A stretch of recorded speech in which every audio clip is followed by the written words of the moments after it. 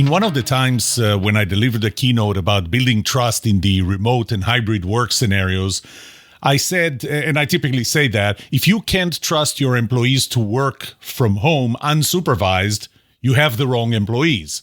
And what I meant is that you have employees that you can't trust, period. Doesn't matter if they work from home or they work at the office. And someone asked me a pretty insightful question. How do you hire trustworthy employees? Or how do you know when you hire an employee that they're going to be trustworthy? When we interview employees, we typically focus on their technical and professional capabilities. And although that's important, that falls into the competence component of trustworthiness. So it is a part of trustworthiness, but it's not enough. It's not the only part. It's not the only thing that would make them trustworthy or allow us to trust them. Sometimes we need something more of the soft skills, and we're not typically trained on assessing those soft skills. A typical hiring manager is not trained on assessing those. It's even worse, and that's that the team where this new employee is going to work is not trained on assessing those. And even more rare than that, do we ever do anything in the interview process to answer the question, is this a trustworthy employee? This episode will address what you do before you even start the interview process, the pre-work after you've started it but haven't interviewed yet. This is when you address the who you are. I'll talk about the first impression. I'll talk about the interview itself. But then I'm going to remind you of the relativity of trust and why it's important to have a team interview. That was an area that I didn't address before in this podcast, so I'll do it in this episode and I'll probably revisit it in the future. But here are my first take on this question, right after this.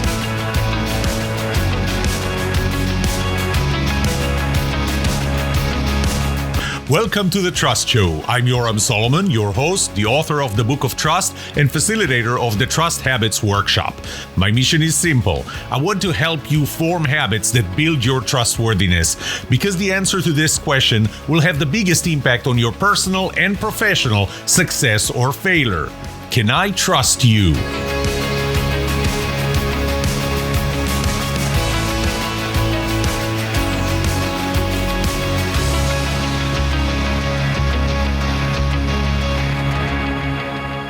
The process really needs to start before you invite the first candidate, before you start asking for resumes. You have to look at the 6 components of the relative trust model, the 3 components of the who you are, competence, personality, compatibility, and symmetry or fairness, and the what you do, the positivity as accelerated by time and intimacy. So you have to look at those 6 components, the model itself, and ask yourself, how do they affect this specific job that you're hiring for?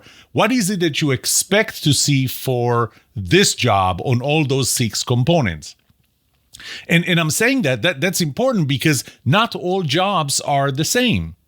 So, for example, when I talked about remote jobs in an earlier episode, I believe in this season, I talked about the fact that different jobs require different interactions with people. So, for example, take a software programmer that's working on their very specific part of a bigger system.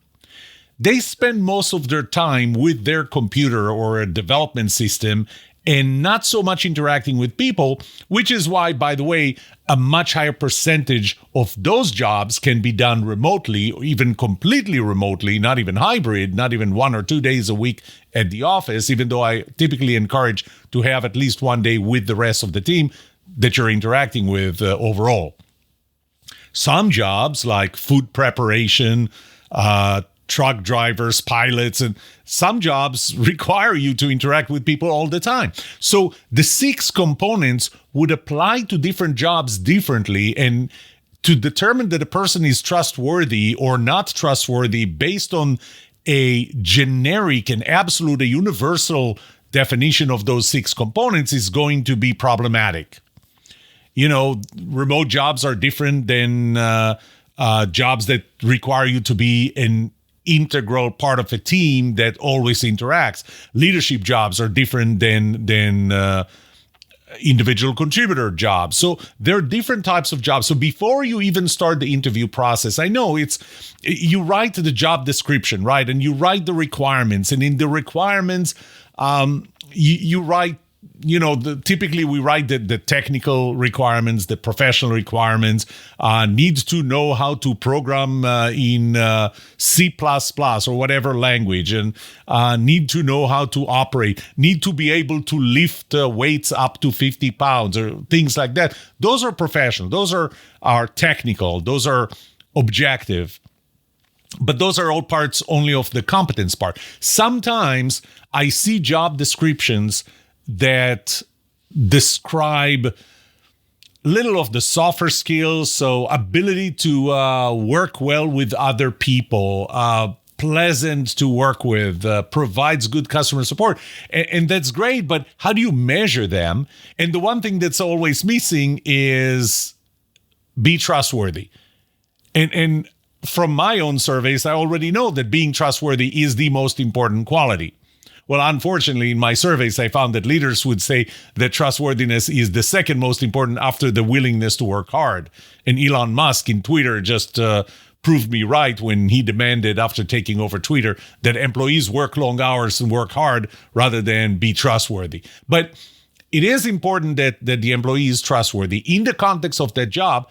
But what does it mean? So you may not be publishing this in the job description and the requirements for the job, but you need to write it out, to outline this to yourself. What are the things I'm looking for this specific job that would make me consider this candidate or any candidate trustworthy? So that's the first thing that you have to do before even starting the interview process, before you start looking for candidates, probably even before you post the job itself. Think for yourself, lay out what do you expect from a good, trustworthy candidate with respect to those 6 components. And it's not the same thing for all jobs, and it's not the same thing for all people. And I'll get back to that later.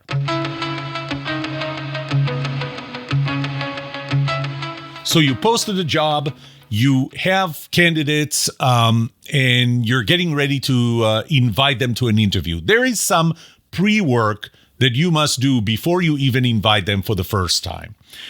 And mainly, this is to address the who you are components. Remember, competence, personality, compatibility, and symmetry or fairness.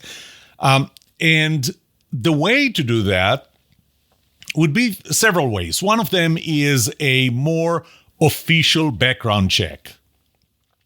Background check would typically give you more on the financial side, more on the, is this person that doesn't pay their bills on time? Did they move a lot and so on? It's going to give you some information. And I was amazed. I did a background check on myself once just to get the sense.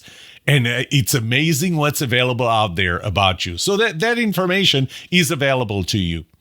And, I'll be honest with you, and I know that this is a side trip that I'm making here, but I tell my daughters when they consider dating someone, do a background check on them.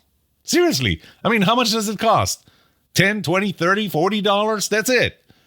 And you get enough information about them to give you some picture on who they are outside of your first-hand impression. So you start addressing the who you are part. A part of it you can do yourself. I mean, find them on social media, find them on Google. There are very few people that I can't find enough information about them on social media or on Google. And that tells me a lot about who they are. The pictures they post, the people that they hang out with, the things that they do. And to me, by the way, not everybody's on Facebook. Not everybody's on social media. And for very valid reasons, we don't trust those platforms, and that's fine. To me, it's always a bit of a red flag when I can't find anything about a person myself. A person who's really, really hiding their identity. Now, by the way, this is me. This is why trust is relative. This is me. I have a hard time trusting someone who has absolutely no social media footprint. Other people who would rather not have their own footprint on social media as much as I do would trust that person. That's not a red flag for them. So this is something you need to consider, but I would do that either way.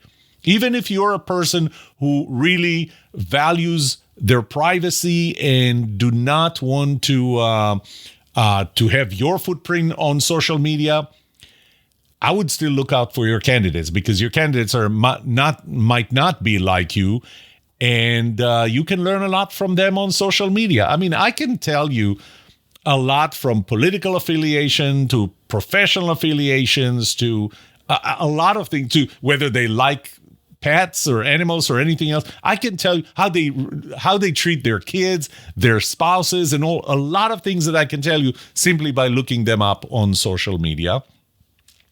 And I think it's actually fair to ask them, would you mind if I look through your social media profile, which means in some cases on LinkedIn, it's not a problem. On LinkedIn, I don't have to be connected to you to be able to see your entire profile. On Facebook and some of the more social parts, and social is part of who you are and who they are. So on those, I have to actually be friends in quote marks, because it's not really friends. It's how Facebook defines you as friends. But be friends with them or ask them to accept your friendship, just so that you can take a look at their social media. And it's fair. It's fair to let them know that you're actually doing that. Another component comes from the fifth law of trust, and that's that trust is transferable, which means I would trust you if I trust someone who trusts you, even if I don't know you at all. I may not trust you to the same level. And this is really what I refer to that here in this context of hiring a candidate is references, reference checks. So I want you to take references today with a grain of salt. So first of all, the candidate will give you convenient references. Okay, so, if somebody wants to hire you and they're asking for references, would you first call the people you're about to give as references and tell them, prepare them, and so that, first, they're not going to be surprised, and second, you want to get a sense of, are they going to say good things or bad things? And, typically you would only give the references that will give good things. A friend of mine, he was about to be hired out of the company that we both worked for. So we both worked for the same company, but we were friends outside of work as well. And he was about to get an offer, and the CEO of that company knew me, and he used me as a reference. Now, I told him, I'm going to say what I really think. I really admire you. I really think a lot of you. But nobody's perfect. I'm not perfect. You're not perfect. And if asked, I'm going to share the imperfections that you have. And he was fine with that. And as it turned out, the CEO of that company did not talk to anybody else after he talked to me for two reasons. One is he knew me. So he knew that, my reference of that, my friend or that candidate, he knew that was that was more reliable to him because he knew me personally. Not very well, but to some extent. But the other thing is that first I disclosed that this is a good friend of mine. But the second thing is I told him things that were not very favorable. They're not a lot, frankly, and I still don't think, I still think very highly of that friend, and we're still friends. But I told him the good, I told him the bad. He decided the bad was not bad enough, and then it was, and it was little things, but that gave him a sense that I'm giving him a very full review and not just something all positive and not true. So if I go back to the candidate will give you convenient references. But one of the things you can do is look on LinkedIn and find who else do you have in common. So people that they are connected to, that you are connected to as well, and try and find if there's somebody there where you would go, you know what? This is a person that I know and trust more than people I don't know. I mean, your random references that I don't know any of them. I don't even know if they are who you say they are. And maybe I do want to check on them. And that's a good idea in general. If the candidate gives you references that you don't know, go check them out as well to see if you can trust them. But it's obviously better if there's somebody that we know. Now, so look and find if there's somebody like this. However, don't do what was done to me. I was being interviewed for a job. That was 15 years ago. I was being interviewed for a job. I was asked for references. I provided references. The CEO of the company did exactly what I said. He found someone that we are both connected to through LinkedIn, someone that he knew fairly well and trusted. And he decided to reach out to that person without asking me first. For me, that was a problem for this reason. I was still working on the previous company, and that person that we had in common actually did work for the same company I worked for before he left and started his own business. Which means he's still connected to people in the company where I'm still working and haven't told that I'm potentially about to accept another job offer. That was a violation of privacy. That was a violation of confidentiality. I mean, from that moment on, fortunately, that person actually called me and said, hey, I got a call asking me to be a reference for you. And he was sensitive and smart enough to know not to share it with the company I was currently working for. So find someone that you can trust and get a better level of transferable trust from, but make sure that the person, the candidate you're interviewing, knows, or not just knows, but actually gives you permission for that.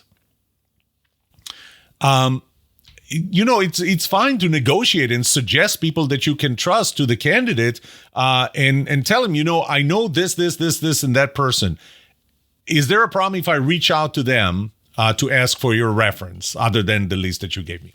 There's one last thing that I want to say about references, and that is Continental Flight 1713 in 1987.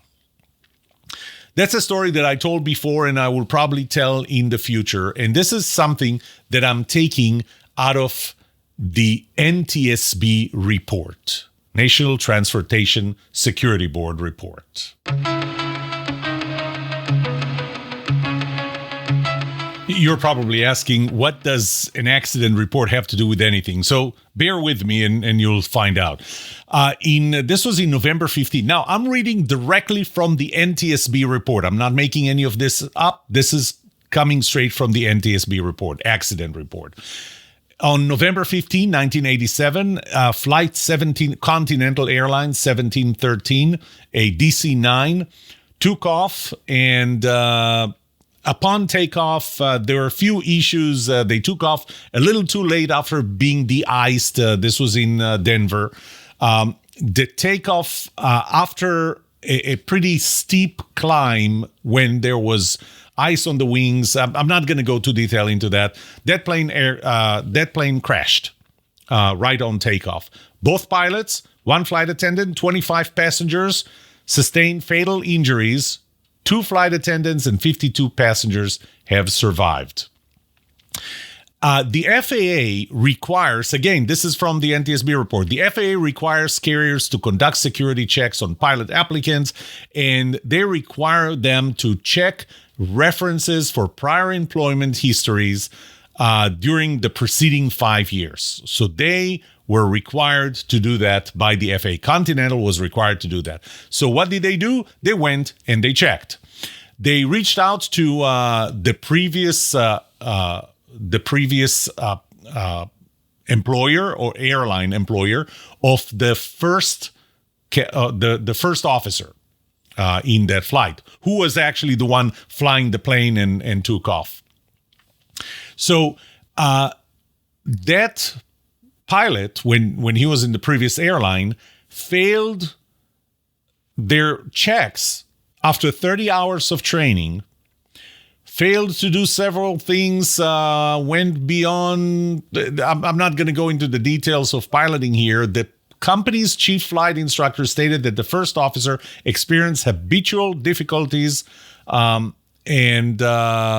made very little progress with training, and stated that he has a chronic problem and essentially that he was a bad pilot. Eventually, he was fired. That pilot was fired from the previous employer, the previous airline. Here's what happens when Continental Airlines reached out to the previous employer. They asked the question, this was the only previous employer mentioned in that report, and they asked the question, did the subject, that's the first officer, leave on his or her accord? Now, the NTSB already knows from the previous airline that he was fired. But the answer they got from the previous airline was yes, he left on his own accord, even though he was fired. Another question, would the subject be eligible to rehire in the previous airline? The answer was yes, even though we know that the answer is really no. Finally, they asked the questions about the quality of the first officer's work, and it was described by the previous airline as very good, even though he was fired for being a very bad pilot. Now, so the question comes, why did they do that? Well, today, employers are more afraid of being sued by the employees who just left and maybe did not get a new job because of that reference check with them. I think that today they would not lie, not necessarily, not all of them would lie by saying what the previous employer said in that case, but they might say, we're not able to give you a reference. We don't want to give you a reference. Sometimes you could read between the lines and go, oh, wait, so they don't want to give a reference. Maybe the reference is bad. But that might not be the case. They might just have a policy of we never give references. So keep that in mind when the reference you're getting is from a company rather than an individual. Because a company is, well, both the company and the individual are going to be liable, but with the company, there are deeper pockets to go after. And if this employee, this candidate would not get the job because of that reference and somehow that came out, then they may sue the previous company for preventing them from getting another job. And the previous company wants to avoid that. And because of that, they might not give a good reference. So keep that in mind when you check references. Next, I'm going to give you a warning about first impressions. We make assumptions based on first impressions. And the reason is because to feel safe, we need a certain amount of information. And initially, when we don't have that information, initially, we rely much, much less on fact and much, much more on assumptions. And those assumptions are based on our first impressions. Now, obviously, the more you do in the previous part, the more you do on reference checks, social media checks, other things, the more fact you're going to have and less have to make assumptions. You may want to validate some of the facts that you think you have, but the less of it you do, the more you're going to rely on assumptions. So remember that your assumptions are heavily weighed by the first impression that you get. It's covered, that whole topic is covered very well in Malcolm Gladwell's book, Blink, which is one of the best ones I read. And this is how we make very, very quick snap judgments, because we do. So One thing to do is ask the candidate to show up to the interview the way they will show up to work if they got the job.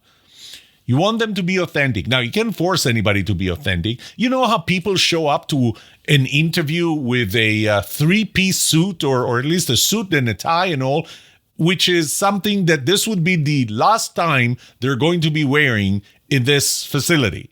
They only do that for the interview. Tell them, look, be authentic. I mean, you may be overdressed or whatever you do. It might it might cause me to think differently of you. Try and be the way you are. And this is what I do whenever I used to, well, I don't anymore. I don't for 15 years now. But I used to go to interview the way I'm going to go there when I work there, if I work there, so that they will know who they are facing.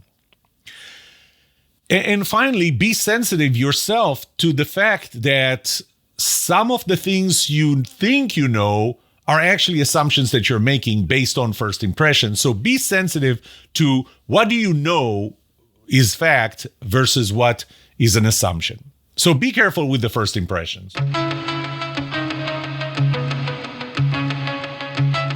Now we come to the interview itself. And the interview itself is going to be sometimes a validation of the who you are, what you already know about who they are, and you're going to ask questions about that. And typically, this is all you do today, and I want this to only be part of what you do today. The second part is the what you do. So, on the who you are, you need to fill the blanks that you didn't find. You need to corroborate with them, ask questions, let them know that you checked everything public about them. And then you go to what they do during the interview. So this is where you start paying attention to things like positivity, BS, and empathy. But I'll get back to that. So on the who you are, let me touch on personality compatibility. Personality compatibility is tricky. It's tricky because it's personal. So you're looking at it from your perspective, and the real question you're asking on personality compatibility, and I've already told you that the biggest correlation I found to trustworthiness is whether we have shared values. The thing is, do you have shared values with the people in the team where this candidate is going to work? So maybe you don't have shared values with this candidate, but the team might. But I'll get back to that. I'll talk about the team. The thing about shared values or personality compatibility in general is that you may find things that are not compatible, that are incompatible personality-wise. Things that are compatible would increase personality compatibility. And there's an 86% correlation between that and them being trustworthy or being trusted by you or by the team. But if you find an incompatibility, there are three questions to ask. One is, how important is it to the people who are going to work with this candidate and to the candidate, him or herself, this incompatibility thing? If it's very, very important, it's already going to give you an answer to the next two. If it's not very important, can it be changed? Is it something that can be changed? The one of the simplest examples I give is when I found that my boss liked to, when I asked her for something, when I was trying to plead a case to her on something, she would typically, she wanted to, and this is her personality, she wanted for me to take her through the thought process and only at the end tell her, and therefore here is what I'm asking. I, on the other hand, prefer to get the bottom line first because the bottom line gives me context and then give me the supporting evidence. Okay? But we're opposite. We're incompatible in that. And we ran into issues over that until I found out that that's where the issues are coming from, that she prefers me to take her through my thought process and only at the end tell her what I need. And I started with the bottom line because that's how I like to digest information or make decisions. How important was it to me to change it? Not very important. Question number 2, can it be changed? Yeah. Every time I talk to her, I remembered, take her through the thought process, and only at the end give her and therefore this is what I'm asking for. So it can be changed. It's not impossible. The third question, are they willing to change it? And this, when you're hiring someone into a team, this could be, is the candidate willing to change it? Is the team willing to change it? There are two sides to it. And obviously a subpart to be willing to change it is, can you make that change permanent? And this is where my 7-step trust habits process comes in, where you form new habits that change old behaviors that make you more trusted. So if there is an area of personality incompatibility that you find in the interview, the area to pursue is it important to them and the team that this is compatible and not incompatible, that this incompatibility does not remain there. If it's not important, if it is important, obviously the next questions are even more important, but probably the answer is no. Question number 2, can it be changed? Question number 3, is there a willing to change it and put the effort to form a new habit? Okay, so that's personality compatibility. Move on to symmetry and fairness. I think the best way to address symmetry and fairness is through scenario questions. So how would you behave in this scenario and that scenario? Because that's a little harder. And of course, tell me a story about when you X or when you Y. Tell me a story about what happened in a situation when you worked in a team and the rest of the team worked very long hours and you had to go. Tell me about that situation. Or the opposite. Tell me about a situation where you worked really hard on a project, but other members of the team didn't. This is kind of where you start getting sense of the sense of fairness or symmetry. You can play the investment game, which is something that I do in my workshop. So there are different ways to get a sense and assess symmetry and fairness.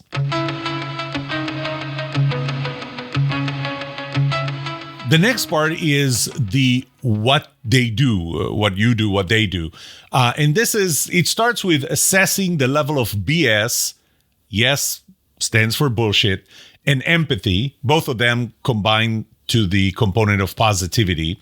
But do it as objectively as possible. So, try and step outside of your body, and rather than react on your gut, try and ask yourself questions about is what they're doing BS or empathy.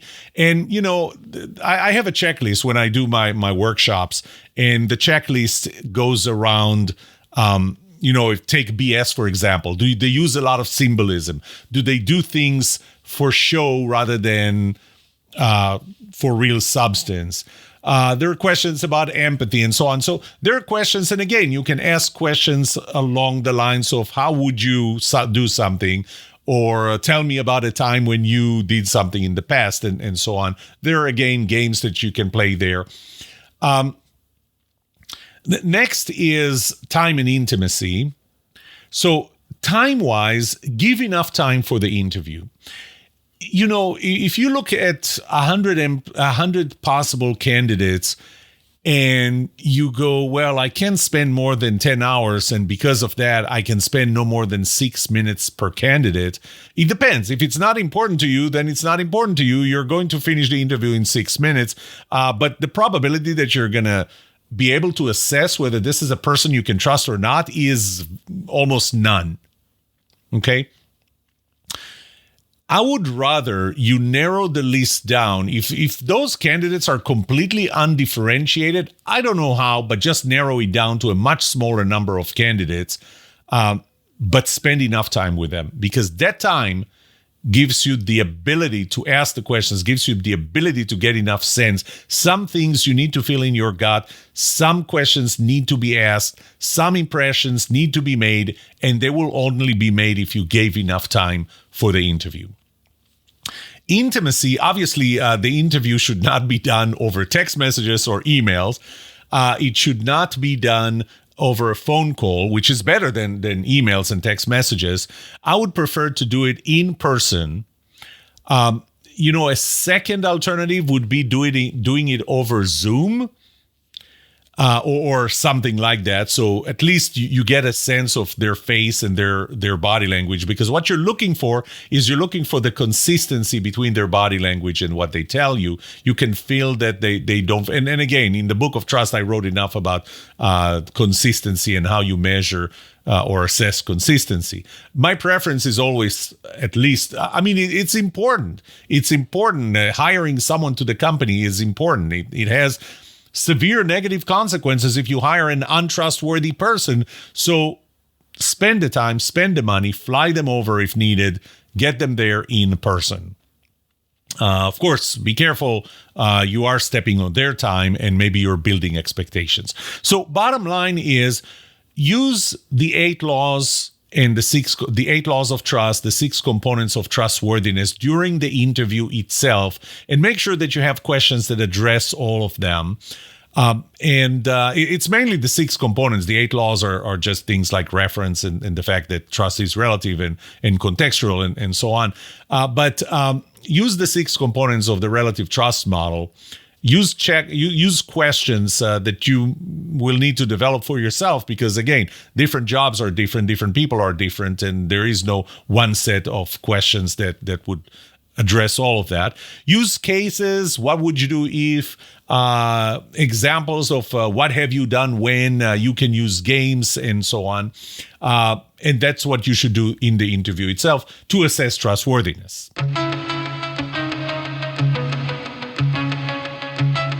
Okay, you ready for some bad news?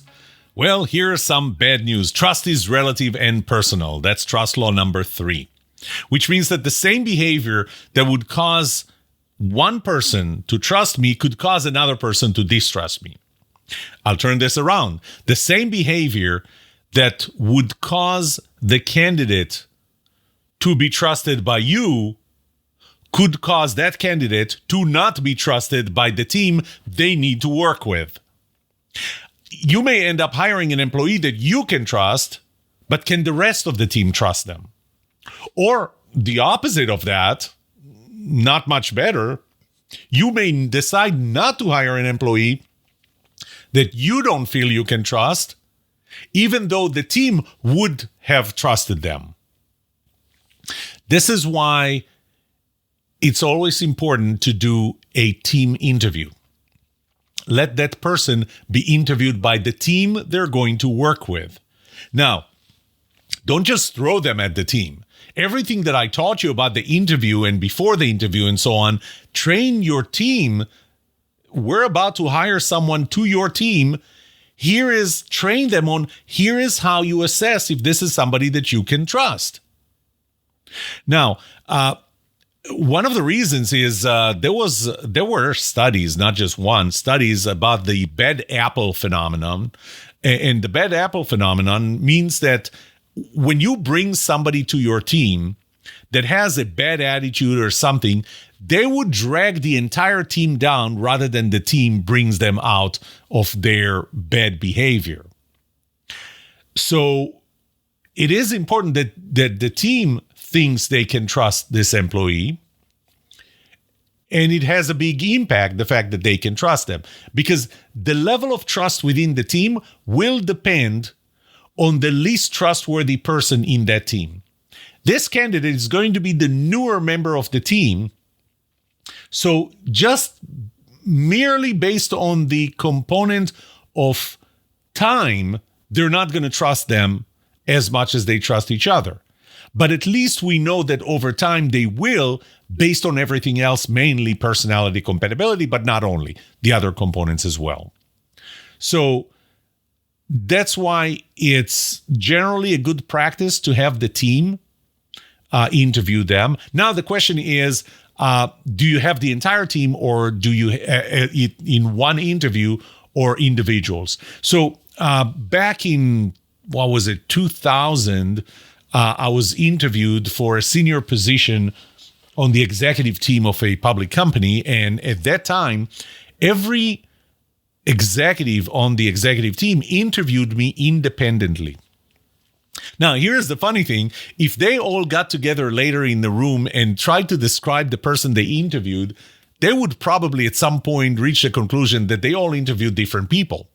And they didn't. It's just that I was understanding. I used empathy. I understood what different people care about. I didn't lie. I didn't misrepresent myself, but I focused on the areas that I knew that they cared about. The VP of HR cared about certain things. The VP of technology cared about different things. The VP of engineering cared about different things. The VP of marketing cared about different things. The CFO cared about different things.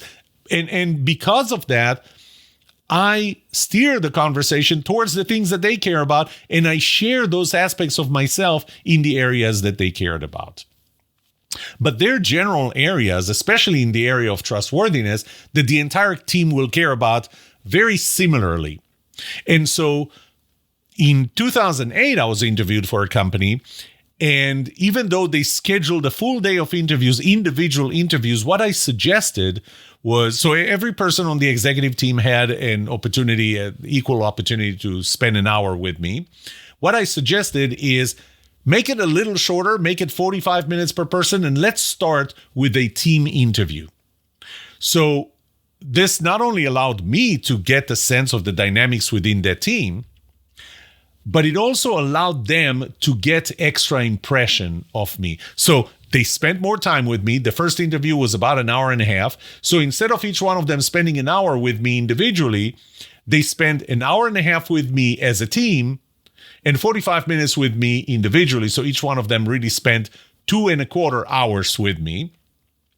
The first hour and a half, even if you didn't ask a question or a member of the team didn't ask a question, you still got to get your own impression from the candidate based on the answers and the behaviors to others. Not to mention that, how are you going to be a member of the team? So that's another good advice, that start with a team interview and then let individual team members have individual interviews about areas that only they care about and not the rest. There is one final note that I want to share with you in your role as an interviewer, as a hiring manager, maybe even as a recruiter. Don't ghost them. Don't ghost candidates. You have too many candidates, don't have too many candidates. But if you do have too many candidates, don't ghost them simply because you have too many of them. Keep them updated on where they are in the process, or where you are in the process. You know, last year I hired interns to help me in my work. And I had 21 or 22 candidates, and I just kept them all informed of where they are in the process.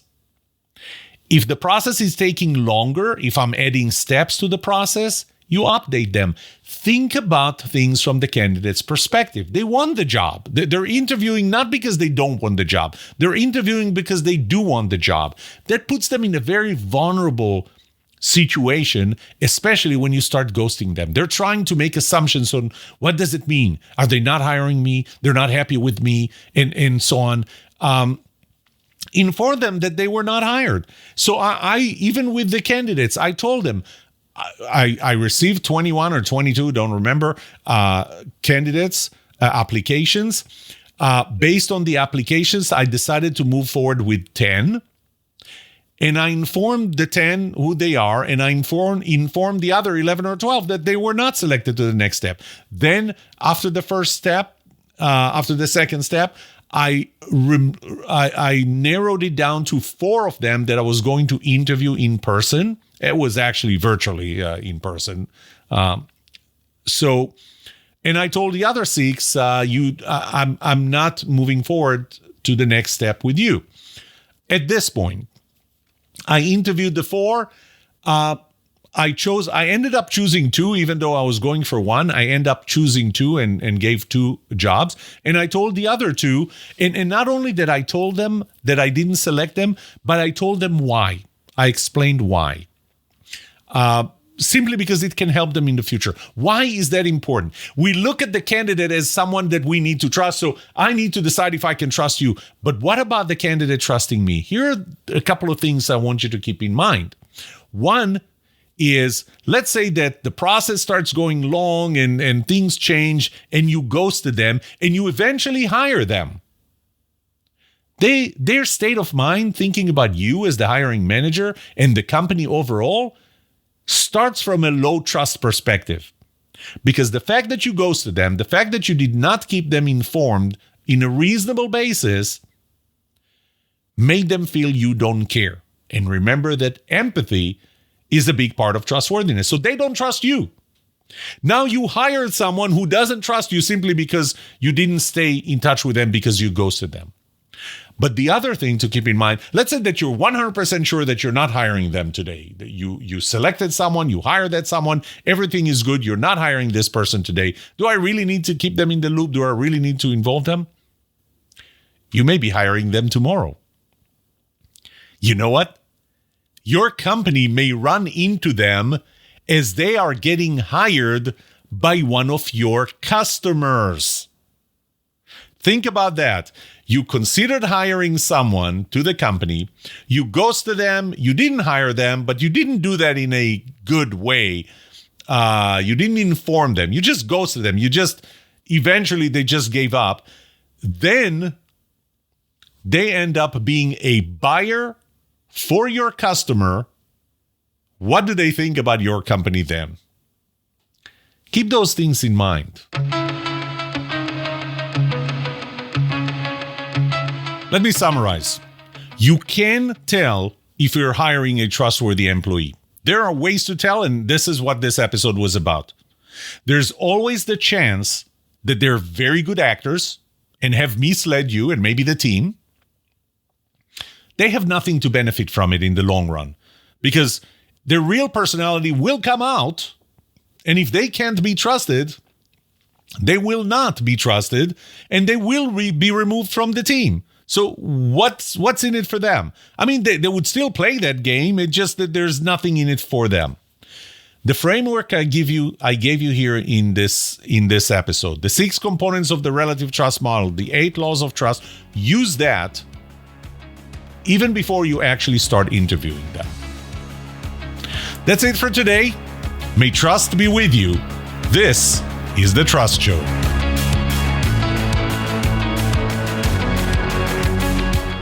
What would you like to know about trust and trustworthiness? Let me know and I'll answer it in a future episode. I would love to hear from you. Email me at yoram@thetrustshow.com. If you like this episode, subscribe to the show so you will automatically get notified when I release a new episode. Rate it. Write a review for this podcast because those ratings help not only you, but also others looking for podcasts just like this. If you're looking for more resources to learn about how to build trust, be trusted, or know who to trust, look up my workshops, online courses, books, or go to my website, trusthabits.com. And remember that the answer to these 2 questions will have the biggest impact on your personal and professional success or failure. Can I trust you? And can you trust me? Thank you for listening or watching The Trust Show.